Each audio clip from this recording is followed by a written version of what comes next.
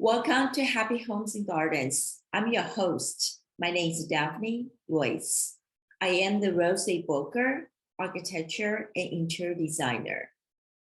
The use of surface materials seems to have changed over the years, from Formica to tiles to natural stones, and now stone startup processing in sustainable manner.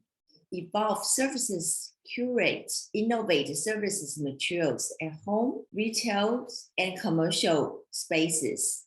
Bill Gable, account manager of Evolv Surfaces, is here with me today to tell us more about natural stones and other innovative services materials. Hi, Bill. Hi, how are you today? Doing well. How about you? Excellent. Thanks for having me on your interview today. Please tell us about you and what you do. Sure. My name is Bill Gamble, and I'm with Evolv Surfaces in Berkeley, California. And as you introduced us, we're curators of revolutionary and unique surface products. I've been in the industry for almost 25 years. I started out on the fabrication side, which means I was more of a swinging a hammer, wearing a tool belt person in the industry, on the job sites, building homes, and seeing and learning about these materials from some of the leading architects of our time and designers in the Bay Area, which was a really great experience. I got exposure to a lot of beautiful design and learned from a really young age, what architects and designers were looking for in materials. Mostly natural stone in the beginning, but as things have progressed, we've started to see an evolution of more responsible composite materials. And so that's what leads me to where I am today with Evolv Surfaces. And what we specialize in is sourcing versatile and environmentally friendly materials in the Western United States for distribution. We have an incredible showroom located in Berkeley where we display natural stone, neolith, which is a sintered stone from Spain, and Duresco, which is a bioquartz from Belgium. What type of surface materials do you have in your showroom? Are those the three types that you just mentioned? Yeah, so we carry a variety of surfaces in our showroom. The bulk of our showroom is primarily for natural stone. So we have marble, granite, limestone, onyx, travertine, slate, shale. The list goes on in a variety of different finishes on display here, several hundred different colors, hand curated from the quarries based on their beauty as well as their structural integrity. We have Duresco quartz, which is a quartz product. I don't know if you're familiar with those. And we also have neolith, which is our flagship material, which is a sintered stone from Spain. And sintered stones are pretty new on the market. So again, I don't know if you or your viewers are real familiar with those, but we can get into what those are if you like. Yes, please tell us more about those sintered stone. So sintered stones are a really unique type of material. They've been on the market for a little over 10 years. And like I said, neolith is the brand that we represent, and they're made in Spain. And it's a wonderful company. They're actually a carbon neutral manufacturing facility, and they make a product that is natural stone engineered.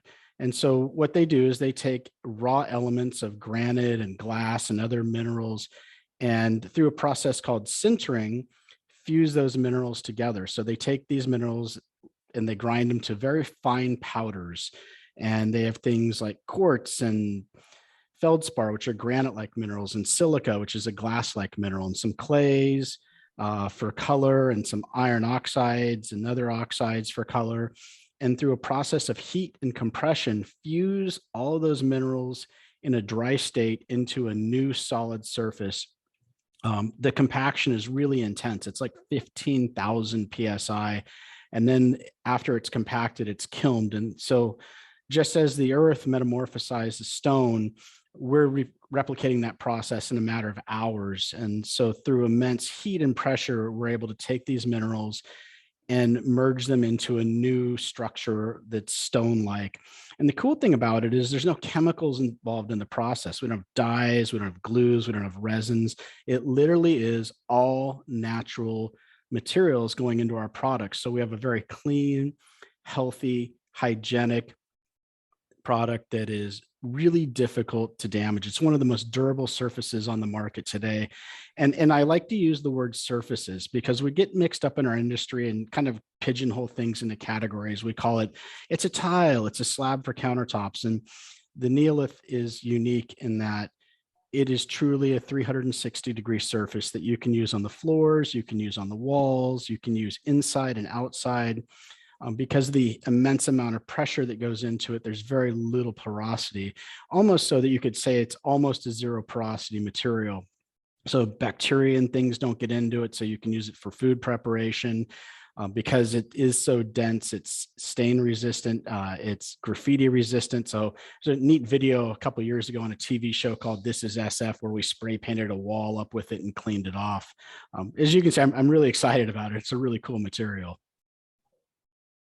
I heard you mention Spain and Belgium earlier. So where are most of your natural stone in your showroom from?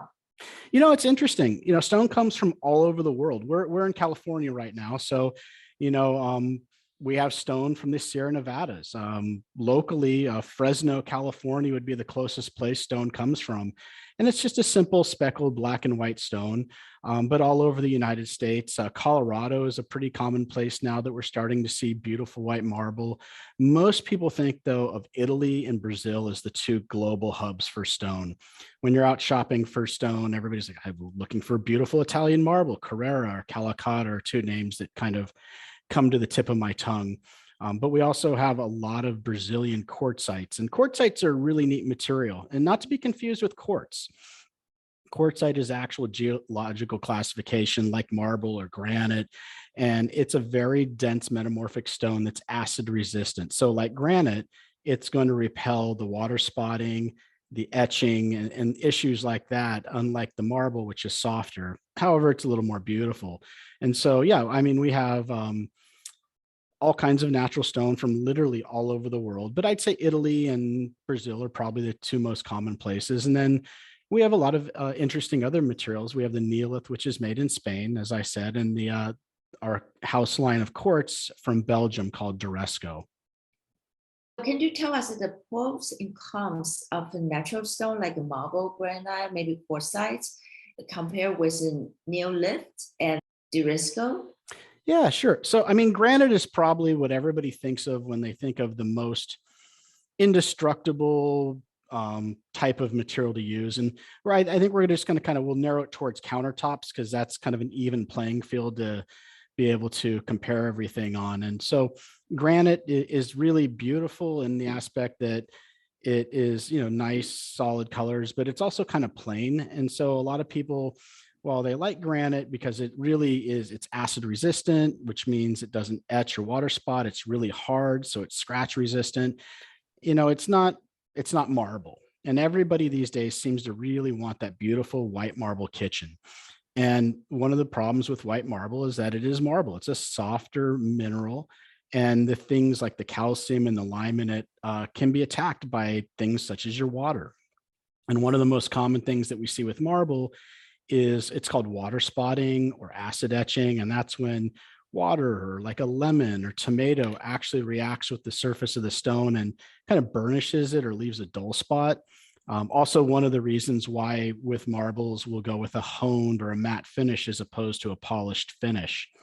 Marble, again, very veined, very beautiful, very desirable, but is probably one of the softer materials we work with. So it requires sealing, it requires maintenance, and it requires love of the material.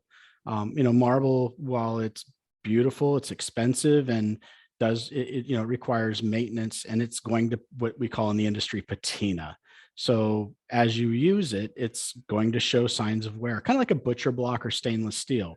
The first time you use it, it's going to get a little scratch in it. It's going to get a little discolored, but over time that patina develops and it looks nice and worn and lived in. And that's not for everybody. So we have a lot of other materials as well. Quartzites are relatively new on the market, but like I said before, they're kind of a neat compromise in that they are sedimentary formation of stone that's metamorphosized. So what that means is they're like big sand dunes, and you get these layers of minerals. And because it's a silica-based mineral, it's acid resistant. So when that formation hardens into that new solid block of stone, you get those acid resistant characteristics that you see in granite, and why the granite is such a good material. But you get the beauty of marble. So it's kind of a compromise. It's kind of in between marble and granite as far as its wearability. Most quartzites are also very hard and dense, so they're scratch resistant. So they make a good kitchen material. And you can use those in a polished finish because typically they won't etch or water spot. And then we get into engineered materials. We have quartz materials, which quartzes have been around for a long time. There's lots of brands in the market. I'm sure people are familiar with Silestone and Caesar Stone are two major name brands. Duresco is the brand that we carry. It's from Belgium, and it's a little more unique in that it's made with a bioresin. And unlike other quartz on the market, which are made with a polyester-based resin, what the Duresco has is it's a little more environmentally friendly binder that's made out of cod oil. Quartz countertops are primarily quartz, which is the mineral in granite that makes granite so durable and strong. And it's about 93% quartz in all the major quartz lines. The difference is just the glue that holds it all together. And then again, my favorite material, neolith. Neolith, like we were talking before, is a sintered stone, and it's made from stone. Actually, the name is Greek, neo, new, lith, stone, new stone. It's kind of, the name says it all. And the neat thing about the neolith is just, we just have the versatility and the beauty of how it's printed so that it looks like stone, but it performs with all the best characteristics of the best products, the granite and the quartzite and just all those unique things. On the price wise, are they similar to each other? Price wise, materials are really all over the place. The white marbles tend to be the most expensive, but with white marble on the low side with Carrara, you could be talking $25 a square foot, up to a lot of the stuff that we see in the Bay Area market that's $200 and $250 a square foot, which sounds pretty pricey, but we sell quite a bit of it. So it's just relative. The quartzites typically fall between $40 and $60 a square foot. And then the engineered materials like the Duresco and the neolith, they're somewhere between about $15 and $35 a square foot. So the economics of them are really good. They get you a very beautiful material at a very good price point, and they last. So you mentioned pretty much all about kitchen countertop interior use. What would be the best materials to use for outdoor surfaces? Outdoor surfaces are a little bit tricky. One of the odd things about natural stone is that I think you and your listeners probably are going to assume that I'm going to say natural stone is going to be the best thing, like granite outside. And that's not always the case these days. A lot of the stones that we import at the coring process have been impregnated with resins to help create a visual appearance that is very smooth and mirror-like. And those resins and things don't always hold up outside. Some of them aren't UV stable. So my answer to the best material to put outside is neolith. And the reason is there's no chemicals in it. There's no plastics. There's no binders. It's basically, we've taken all the good stuff in granite and some other things, and we've fused it together and compressed it into this new material. But because there are no dyes or anything in the process, it's UV stable. And so the color will last for years upon years upon years. We actually use it to put on the sides of buildings. We use it for exterior flooring. So it's a great outdoor material for countertops. There are some things about it that you need to know when you're working with it, like putting seams in certain places for expansion and contraction. And, you want to deal with it like an exterior masonry material. So you want to make sure that you have seams in certain places. But overall, neolith is my top performing outdoor material, my go-to. How about any fire safe materials? Again, neolith. Okay. Granite, obviously, granite doesn't burn, but granite is heavy and it's a non-renewable resource. So, we're starting to see a lot of exterior building facades and urban wildlife interface areas. In this area, Santa Rosa, we experienced a firestorm. I live up there. And so, we had almost 8,000 of our neighbors lose their homes several years ago. And it's a reoccurring thing in the Western United States. And so rebuilding fire safe is on the tip of all of our tongues in the industry. And neolith fits the bill for that. There's nothing combustible in it, so it can't catch on fire. We actually, again, if you YouTube it, there's a video of us. We have a big campfire and we're roasting marshmallows on it. It's non-combustible. It actually passed all the NFPA 285 testing for flame spread. So it's engineered and certified in an environment like that. So if you're doing a house in an urban interface and you need a non-combustible structure for like Martis Camp or Santa Rosa or Sonoma or down on the peninsula or even out in Colorado, it's a good material if you're not going to use granite or stucco or something else. But it's also, the neat thing about it is we offer it in a lot of different thicknesses, so we consume less natural resources. And so it's an environmentally more responsible material to use as a fireproof material for a building facade as well. A question for you about the neolith. Would that be a good idea to use around fireplace or fire pit? Fireplace, when you use over time, you will get a dark marks. Would this material prevent that? Well, I think you're talking about like the soot and the ash from the fires. And so again, it's non-porous. So yeah, with a little bit of cleaning, that gray soot would come right off. It shouldn't be a problem. Good to know. So natural stones come with the patterns. So what are some popular matches? Again, we get into the Calacatta marbles. I think that's the benchmark that everybody talks about these days. And there's two ways with natural stone. When you cut a block, you're slicing it like bread. I'm trying to describe this, without visuals. And so you have two ways that you can display it. You can polish like all the faces on the right-hand side or all the faces, every other face. And so what happens when you open that face up, it's a butterfly. And that's called a book match in our industry. So there's two ways to present the stone. You can book match it, which creates that butterfly so that you can match two panels together to create a beautiful presentation. Or you can try to match the veins up so they all go the same way. So they say they all go left to right, and that's called a slip match. And in natural stone, that's kind of the goal or the ideal, is to get the most beautiful book match or slip match. And lots of fabricators use really fancy software to do that. Slabsmith, I think, is a program some fabricators use. So if your clients are working with a fabricator, they might want to ask, do you do Slabsmith layouts? And so that's when they take pictures of all the slabs and they embed them into this program. And instead of, back in the old days, we used to tape it all with masking tape and like make little dioramas out of it like we did in school. We can do this digitally in an AutoCAD type presentation. So you have a full scale replica showing what that butterfly or that slip match is going to look like. Now, when we get into the composite materials, the quartz market never really was able to generate solid imagery because the process of how it was made. But with neolith, with sintered stones, they were able to recreate book matched and slip matched because it's a digital imaging process that creates the layers of minerals on the surface. So they can replicate that pattern 99.9% every single time and create the quote perfect book match. And because they've actually engineered the patterns, you can actually create a good slip match as well. In some of their literature, you can actually see some really great dioramas where they show repeating book matches and how to create that repeating slip match so that you don't have to have that, feeling of it not being stone when you do the design with it. You just work with it just like stone to create that one-of-a-kind kitchen. And that's the neat thing about these products is the neolith like natural stone, you can create something that even like, say, if your neighbor and you bought from the exact same block, a very unique artistic interpretation and rendering so that your kitchen is unique both to what your style is as well as the design and pattern of how you want it created. Do neolith and Duresco have a variety of color and finish to choose from?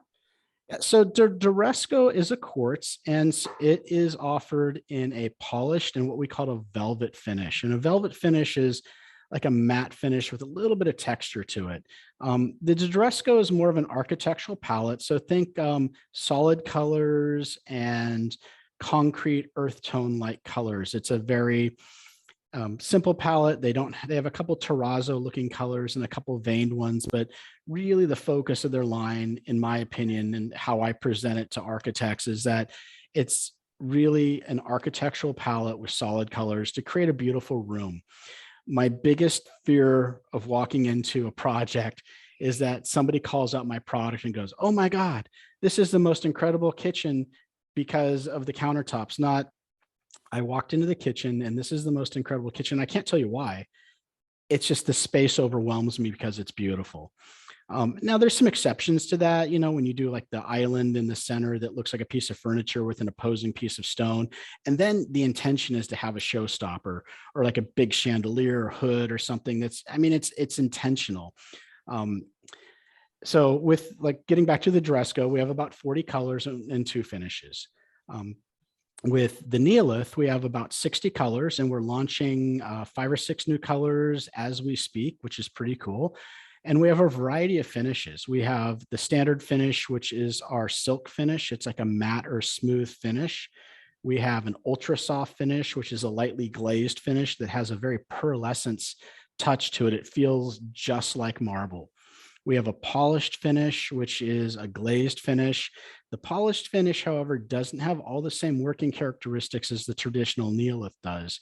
Because it is a layering of silica. It will be a little more prone to scratching and abrasion wear, but it still will withstand wear very well, and it'll hold up a lot better than real stone.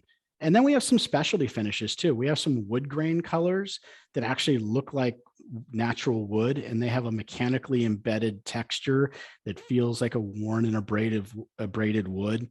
We have a finish called river wash that is, in natural stone, we call it a flamed and brushed finish, where you actually rub your hand across it and it has a lot of tooth and bite to it. It's a really neat finish for like a rock face wall around a fireplace, or if you're doing, you need some texture on the floor in your shower, a no slip kind of finish. It works really well like around pools for a no slip finish. So you have that traction around an exterior pool deck as well.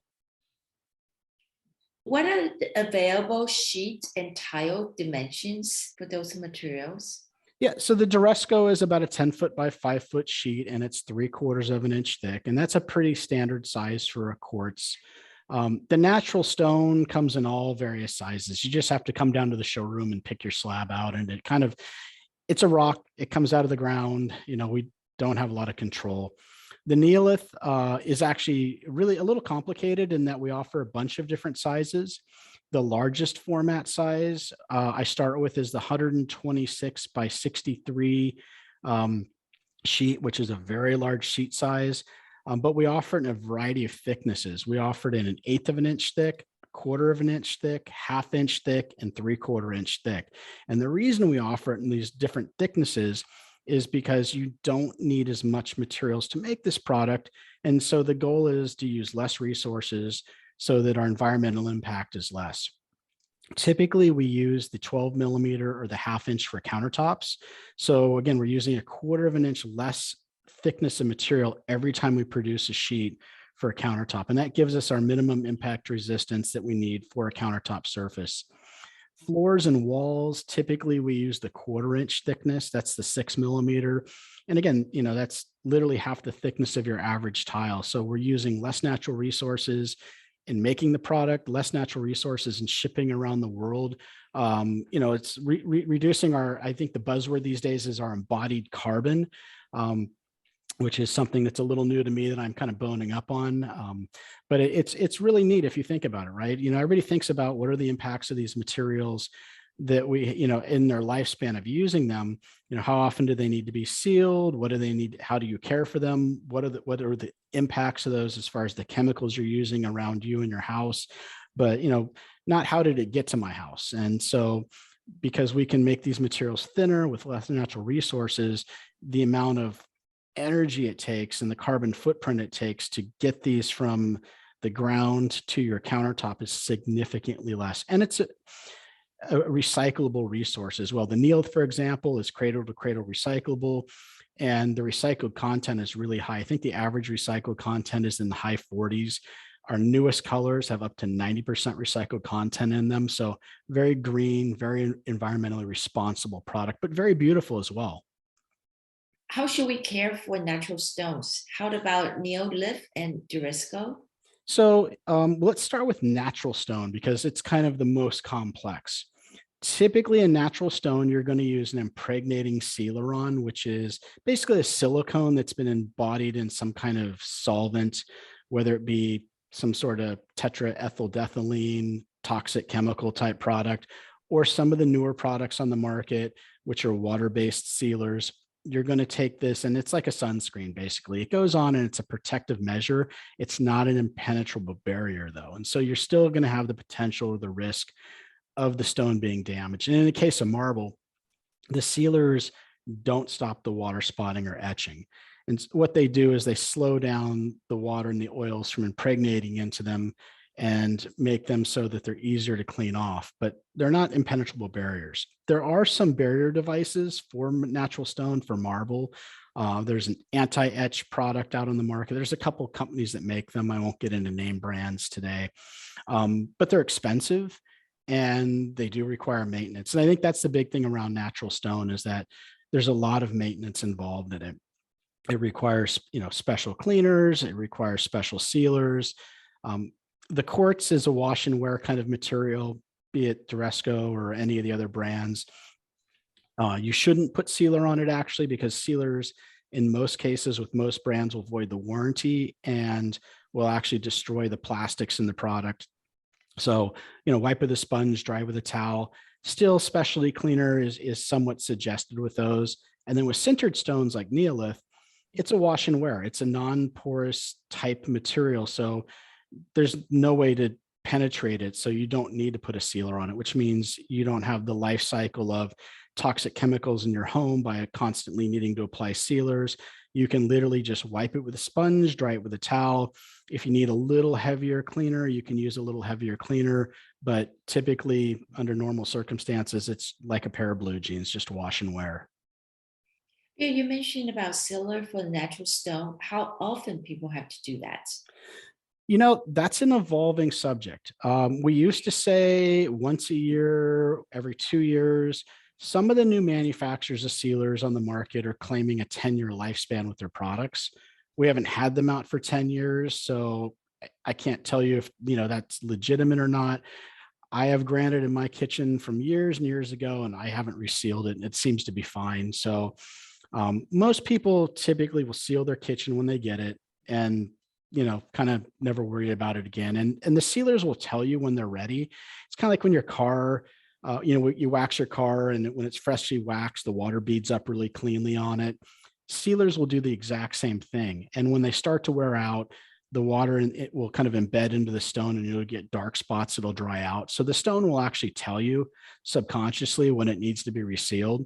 But the old adage was every year to 2 years. But again, that's changing.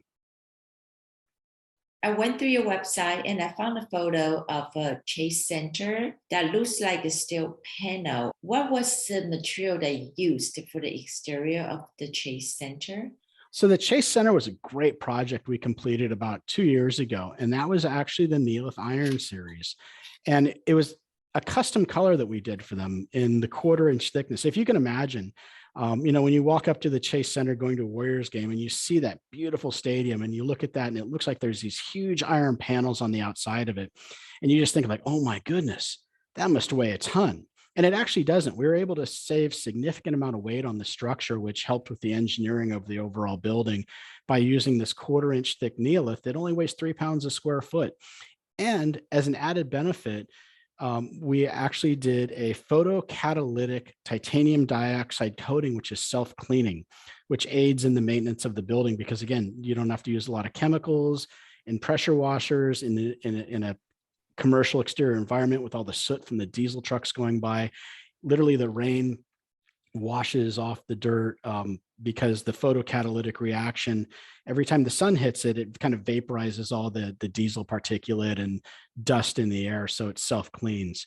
But that was a custom color in the iron series that we developed specifically for that project. And that's one of the neat things about Neil. For large projects like that, we'll custom do a color. So if it's over 20,000 square feet, and you want post-it note yellow, for example, we can make a building that's post-it note yellow, and we can put a plaid pattern on it and smiley faces and what, whatever else the job demands.